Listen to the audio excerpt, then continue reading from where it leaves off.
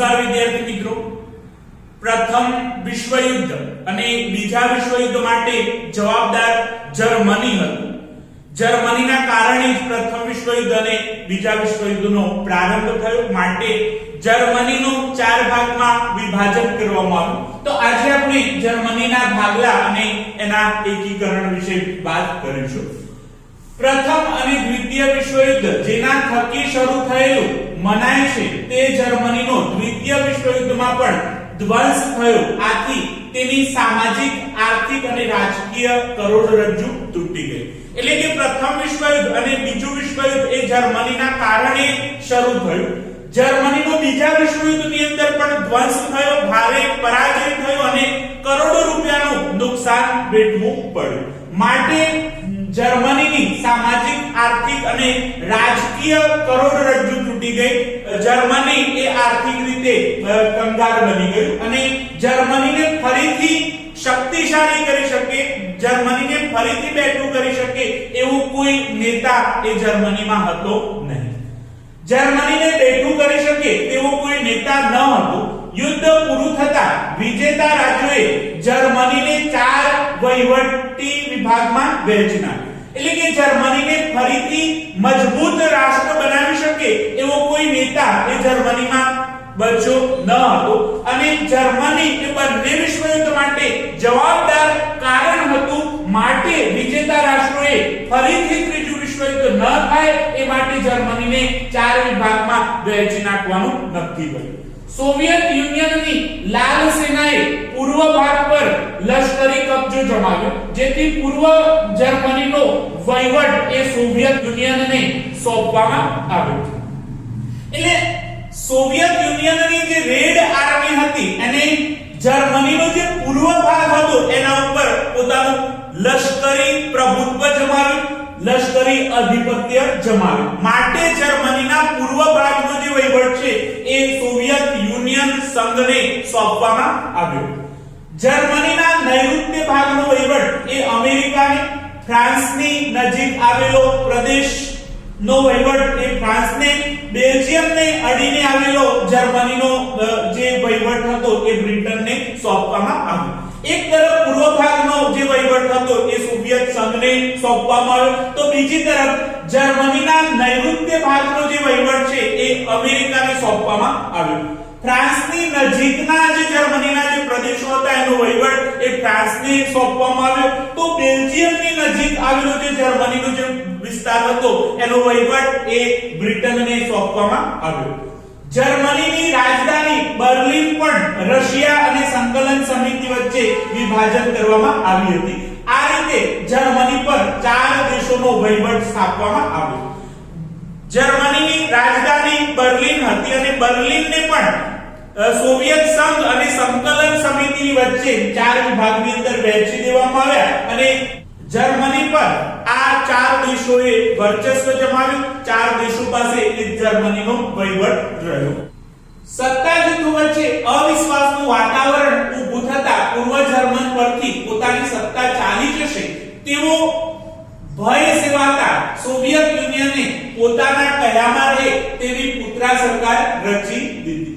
એટલે સોવિયત સંઘની હરીફ જે સત્તા જૂથ હતા એમની વચ્ચે અવિશ્વાસનું વાતાવરણ સર્જાયું, પરસ્પર શંકા કુશંકાઓનું સર્જન થયું, જેનાથી પૂર્વ જર્મની ઉપરથી પોતાનો વહીવટ ચાલી જશે, પોતાની સત્તા ચાલી જશે એવા ભયથી સોવિયત યુનિયન સંઘે પોતાના કહેવામાં રહે, પોતાનું માને એવી પુત્રા સરકારની એ પૂર્વ જર્મનીની અંદર રચના કરી.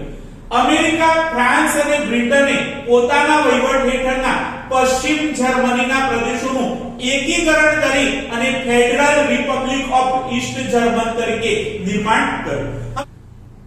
અમેરિકા, ફ્રાન્સ અને બ્રિટનની પાસે જર્મનીના જે પ્રદેશો હતા એ પ્રદેશોનું એકીકરણ કરવામાં આવ્યું અને federal Republic of East German તરીકે એનું નિર્માણ કરવામાં આવ્યું. પશ્ચિમ જર્મનીના ત્રણ વિભાગોનું એકીકરણ કરવામાં આવ્યું, તેમ બર્લિનના પણ ત્રણ વિભાગોને એક કરવામાં આવ્યા. જે પશ્ચિમ જર્મનીમાં અમેરિકા, ફ્રાન્સ અને બ્રિટનની પાસે જે વહીવટી પ્રદેશો હતા એનું એકીકરણ કરવામાં આવ્યું. એ જ રીતે બર્લિનના પણ 3 વિભાગોનું એકીકરણ કરી અને ત્યાં લોકશાહીની સ્થાપના કરવામાં આવી. આ પ્રક્રિયાના વિરોધ રૂપે સોવિયત યુનિયને એપ્રિલ 1948 માં બર્લિનની નાકાબંધી જાહેર કરી. પરિણામે પશ્ચિમ દેશો અને સોવિયત યુનિયન વચ્ચે ભારે તણાવ ઊભો થયો. હવે બર્લિનના 3 વિભાગોનું સંકલન કરવામાં આવ્યું. એની પ્રક્રિયાના વિરોધ રૂપે સોવિયત યુનિયને એપ્રિલ 1948 ની અંદર બર્લિનની ફરતે નાકાબંધી જાહેર કરી અને એના કારણે પશ્ચિમના દેશો અને સોવિયત યુનિયન વચ્ચે એ વિરોધ વધ્યો, બંને વચ્ચે એ તણાવ વધ્યો. આ સમય દરમિયાન પશ્ચિમ બર્લિન અને પૂર્વ બર્લિનને જુદી પાડતી 42 કિલોમીટર લાંબી દિવાલ બનાવવામાં આવી. એટલે કે જે પશ્ચિમના દેશો અને સોવિયત યુનિયન વચ્ચે જે તણાવ ઊભો થયો એના કારણે પશ્ચિમ બર્લિન અને પૂર્વ બર્લિનને અલગ પાડતી જુદી પાડતી 43 કિલોમીટર લાંબી દિવાલ ચડી દેવામાં આવી. પૂર્વ બર્લિનમાં રહેતા જર્મનો જુલ્મી અને કડકાઈ ભર્યા વાતાવરણમાંથી પશ્ચિમ બર્લિનના મુક્ત અને મોકળાશ ભર્યા વાતાવરણમાં નાસી જવા ઉતાવળા બન્યા તથા એ વિભાગોમાં પોતાના કુટુંબીજનો, સ્નેહીઓ અને મિત્રો પાસે પહોંચી જવાના અસંખ્ય બનાવો બનવા લાગ્યા. હવે પશ્ચિમ જર્મનીમાં એ લોકશાહીની સ્થાપના થયેલી અને પૂર્વ બર્લિનમાં સામ્યવાદી સરકાર હતી, જેના કારણે જે પૂર્વ બર્લિનમાં રહેતા જર્મનો હતા એ જુલમનો અનુભવ કરી રહ્યા હતા, કડકાઈ ભર્યા વાતાવરણનો અનુભવ કરી રહ્યા હતા અને એમાંથી એ મુક્ત થવા માટે એ પશ્ચિમ બર્લિનમાં એ જવા માટે ઉતાવળા બન્યા. કારણ કે પશ્ચિમ બર્લિનમાં મુક્ત અને મોકળાશ ભર્યું વાતાવરણ હતું, લોકશાહી હતી, માટે ત્યાં સ્વતંત્રતા મળી શકે એવા આશયથી એ પશ્ચિમ બર્લિનની અંદર નાસી જવા માટે ઉતાવળા બન્યા અને ત્યાં રહેતા પોતાના જે કુટુંબીજનો છે, સ્નેહીઓ છે, પોતાના મિત્રો છે, એમની પાસે અસંખ્ય લોકો પહોંચી ગયા એવા અનેક બનાવો એ આ સમયગાળા દરમિયાન બન્યા. લોકો દિવાલ કૂદીને કે જળમાર્ગે તરીને પશ્ચિમ બર્લિનમાં જવા મરણિયા પ્રયાસો કરવા લાગ્યા. હવે પૂર્વ બર્લિનમાં એ સ્વતંત્રતા ન હોવાથી લોકો દિવાલ કૂદી અને પશ્ચિમ બર્લિનમાં જવા લાગ્યા અથવા તો જળમાર્ગે તરીને એ પશ્ચિમ બર્લિનની અંદર જવા માટે મરણિયા પ્રયાસો કરવા લાગ્યા. પૂર્વ જર્મનીની સામ્યવાદી સરકાર નાસી જવાના પ્રયાસ કરતા લોકોને ગોળીઓથી ઠાર કરવા જેવા ક્રૂરતાભર્યા પગલાં લેતી એમાં ઘણા લોકોએ જાન ગુમાવી. હવે જે લોકો એ પૂર્વ બર્લિન છોડી અને પશ્ચિમ બર્લિનમાં જઈ રહ્યા હતા, નાસી જવાનો પ્રયત્ન કરી રહ્યા હતા, એવા લોકોને સામ્યવાદી સરકાર એ ગોળીઓથી ઠાર કરી દેતી અને એના કારણે કેટલાય લોકોએ પોતાના જાન ગુમાવ્યા. ત્યાર પછીના 4.5 દશકામાં જર્મનીએ ખૂબ વિકાસ કર્યો. તેને આર્થિક અને અન્ય ક્ષેત્રમાં સિદ્ધિ પ્રાપ્ત કરી, જે જર્મન ચમત્કાર તરીકે ઓળખવામાં આવે છે. 4.5 દશકાની અંદર જર્મનીએ અભૂતપૂર્વ વિકાસ કર્યો. જર્મનીએ ખૂબ જ પ્રગતિ કરી, આર્થિક અને અન્ય ક્ષેત્રમાં સિદ્ધિઓ પ્રાપ્ત કરી, જે જર્મન ચમત્કાર તરીકે ઓળખાય છે. 1990 સુધીના સમયમાં આંતરરાષ્ટ્રીય રાજકારણમાં મહત્વના અને દૂરગામી પરિવર્તનો આવ્યા, જેના કારણે ઠંડા યુદ્ધના પ્રવાહો મંદ પડતા ગયા. એટલે કે 1990 સુધીના સમયમાં વિશ્વના રાજકારણમાં અનેક પરિવર્તનો આવ્યા, અનેક બદલાવો આવ્યા, અનેક ફેરફારો થયા. એના કારણે ઠંડા યુદ્ધનો જે પ્રવાહ હતો એ મંદ પડી ગયો. સામ્યવાદી યુરોપના પૂર્વ દેશો અને પશ્ચિમ યુરોપના લોકશાહી તંત્રો ધરાવતા દેશો વચ્ચે અંતર ઘટવા લાગ્યું. તેમની વચ્ચેના અવરોધ સમૂહ લોખંડી આવરણ અદ્રશ્ય થવા લાગ્યું. પરિણામે સોવિયત યુનિયનનું વિઘટન થયું.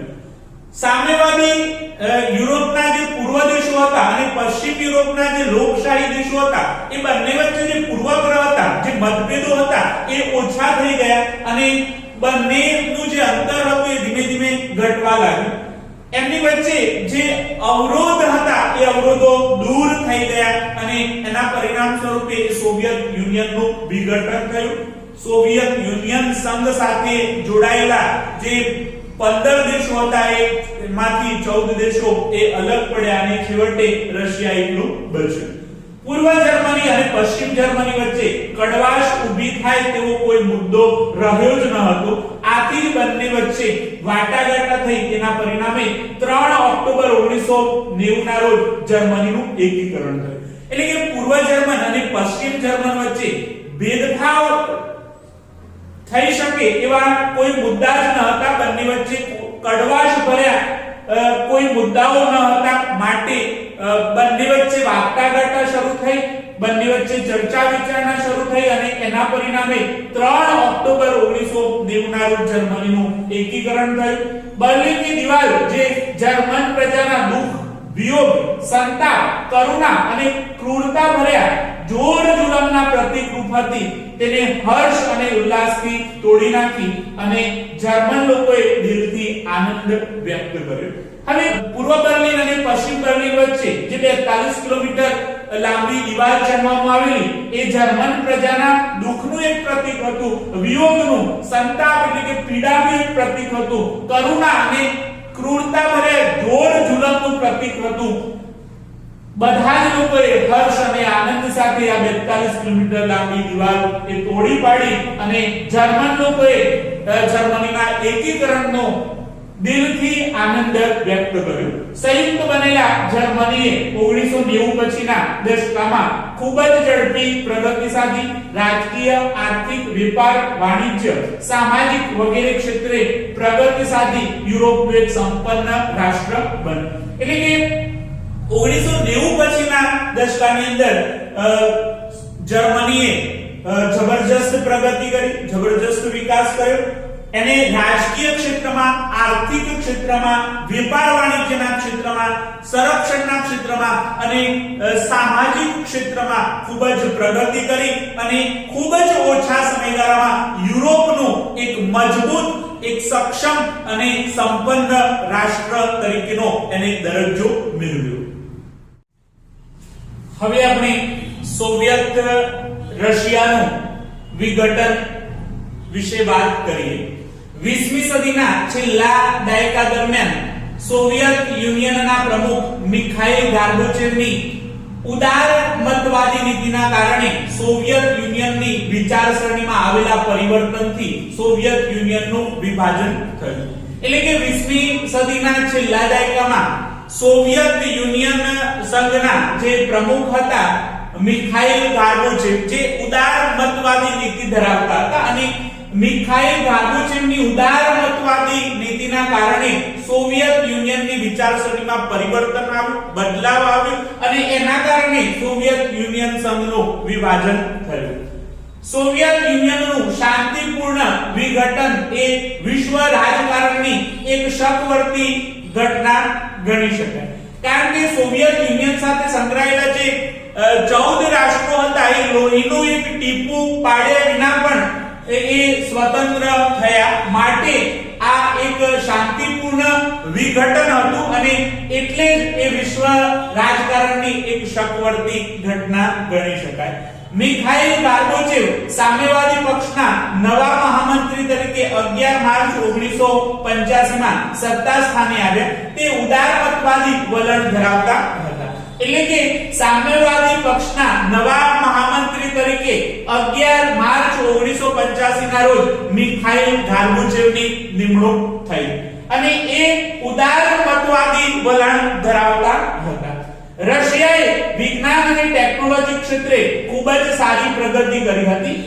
તે અમેરિકા જેવી મહાસત્તાઓ સામે શક્તિ ધરાવતું હતું. એટલે કે રશિયા વિજ્ઞાન અને ટેકનોલોજીના ક્ષેત્રમાં અગ્રેસર હતું. વિજ્ઞાન અને ટેકનોલોજીના ક્ષેત્રમાં અનેક પ્રગતિ હાંસલ કરેલી અને અમેરિકા જેવી મહાસત્તા સામે એ શક્તિ ધરાવતું હતું. શક્તિશાળી રાષ્ટ્ર તરીકે એ મજબૂત હતું.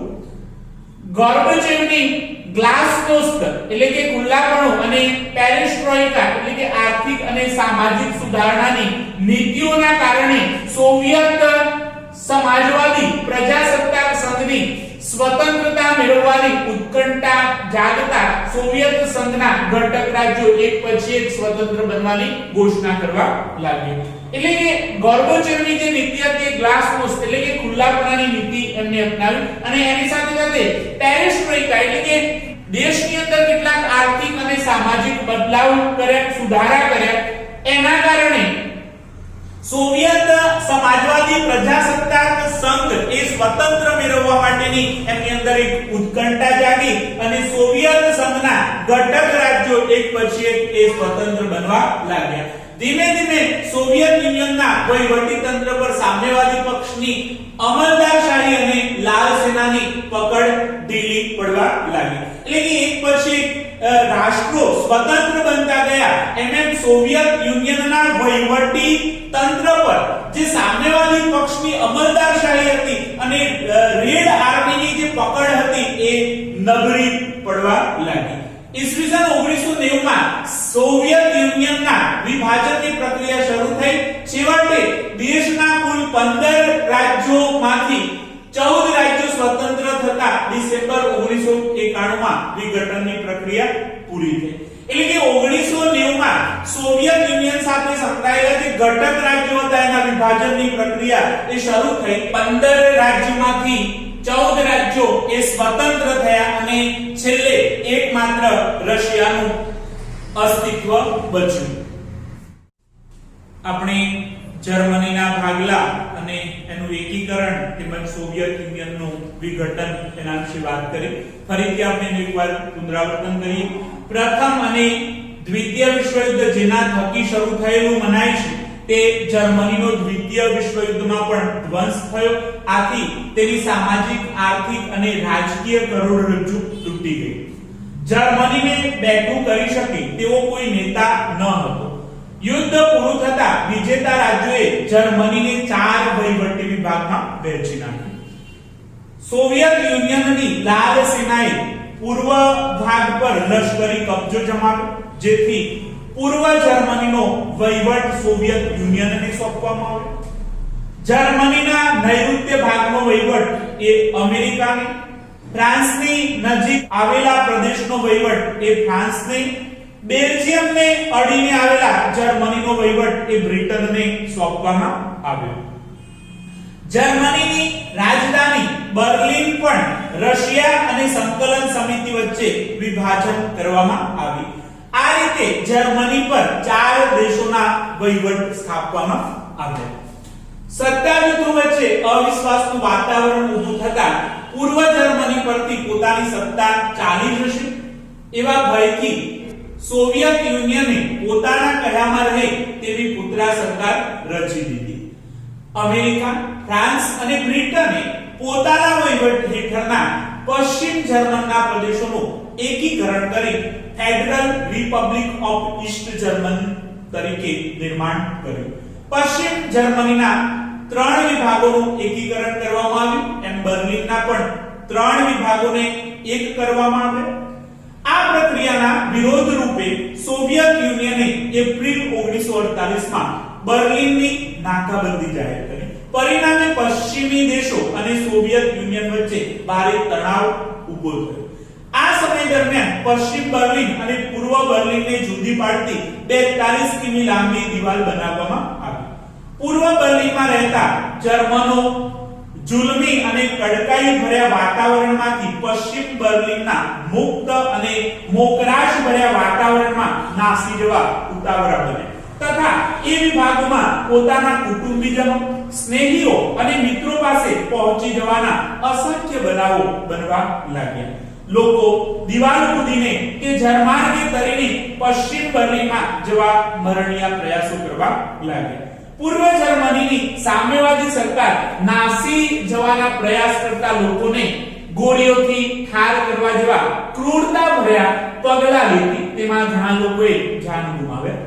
ત્યાર પછીના 4.5 દાયકામાં જર્મનીએ ખૂબ જ વિકાસ કર્યો. તેને આર્થિક અને અન્ય ક્ષેત્રમાં જે સિદ્ધિ પ્રાપ્ત કરી એને જર્મન ચમત્કાર તરીકે ઓળખવામાં આવે છે. 1990 સુધીમાં આંતરરાષ્ટ્રીય રાજકારણમાં મહત્વના અને દૂરગામી પરિવર્તનો આવ્યા, જેના કારણે ઠંડા યુદ્ધના પ્રવાહો મંદ પડતા ગયા. સામ્યવાદી યુરોપના પૂર્વ દેશો અને પશ્ચિમ યુરોપના લોકશાહી તંત્ર ધરાવતા દેશો વચ્ચેનું અંતર ઘટવા લાગ્યું. તેમની વચ્ચેના અવરોધ સમૂહ લોખંડી આવરણ અદ્રશ્ય થવા લાગ્યું. પરિણામે સોવિયત યુનિયનનું વિઘટન થયું. પૂર્વ જર્મન અને પશ્ચિમ જર્મની વચ્ચે કડવાશ ઊભી થાય તેવો કોઈ મુદ્દો જ ન રહ્યો. આથી બંને વચ્ચે વાટાઘાટ થઈ. તેના પરિણામે 3 ઓક્ટોબર 1990 ના રોજ જર્મનીનું એકીકરણ થયું. બર્લિનની દિવાલ જે જર્મન પ્રજાના દુઃખ, વિયોગ, સંતાપ, કરુણા અને ક્રૂરતા ભર્યા જોર જુલમના પ્રતીક રૂપ હતી, તેને હર્ષ અને ઉલ્લાસની સાથે તોડી નાખવામાં આવી અને જર્મન લોકોએ દિલથી આનંદ વ્યક્ત કર્યો. સંયુક્ત બનેલા જર્મનીએ 1990 પછીના દશકામાં ખૂબ જ ઝડપી પ્રગતિ સાધી. રાજકીય, આર્થિક, વેપાર વાણિજ્ય અને સામાજિક ક્ષેત્રે પ્રગતિ સાધી યુરોપનું એક સંપન્ન રાષ્ટ્ર બન્યું. આપણે સોવિયત રશિયાનું વિઘટન એના વિશે વાત કરી. 20મી સદીના છેલ્લા દાયકા દરમિયાન સોવિયત યુનિયનના પ્રમુખ મિખાઇલ ગોર્બેચોવની ઉદારમતવાદી નીતિના કારણે સોવિયત યુનિયનની વિચારસરણીમાં આવેલા પરિવર્તનથી સોવિયત યુનિયનનું વિભાજન થયું. સોવિયત યુનિયનનું શાંતિપૂર્ણ વિઘટન એ વિશ્વ રાજકારણની શકવર્તી ઘટના ગણી શકાય. મિખાઇલ ગોર્બેચોવ સામ્યવાદી પક્ષના મહામંત્રી તરીકે 11 માર્ચ 1985 માં સત્તા સ્થાને આવ્યા. તે ઉદારમતવાદી વલણ ધરાવતા હતા. રશિયાએ વિજ્ઞાન અને ટેકનોલોજી ક્ષેત્રે ખૂબ જ પ્રગતિ કરી હતી. તે અમેરિકા જેવી મહાસત્તાઓ સામે શક્તિ ધરાવતું હતું.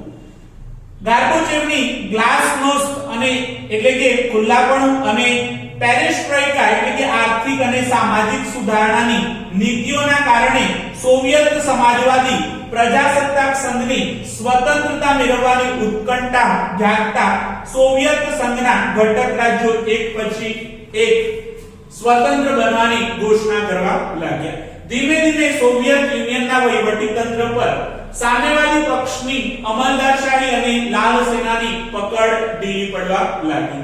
ઈસવીસન 1990 માં સોવિયત યુનિયનની વિભાજનની પ્રક્રિયા શરૂ થઈ. છેવટે દેશના કુલ 15 રાજ્યોમાંથી 14 રાજ્યો સ્વતંત્ર થતા ડિસેમ્બર 1991 માં વિઘટનની પ્રક્રિયા પૂરી થઈ.